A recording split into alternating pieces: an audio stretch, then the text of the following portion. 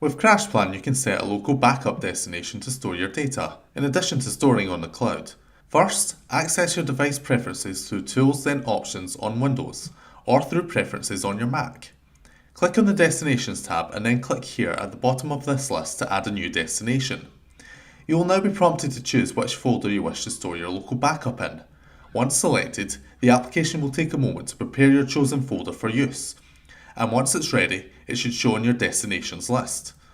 Now if you wish to add the destination to your current backup set, return to the home screen, click Details for your device, and then simply click here to access the set. Then click the Change button next to the set's current destinations. You can now select all the destinations you need to back up to, including your local folder, and the next backup should now send data to it. You can also add an additional destination from this window too, if necessary. Once you click Save, your local backup should now be ready.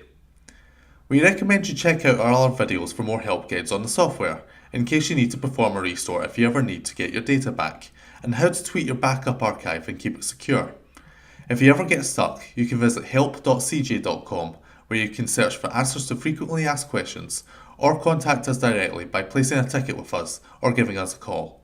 Thanks for watching.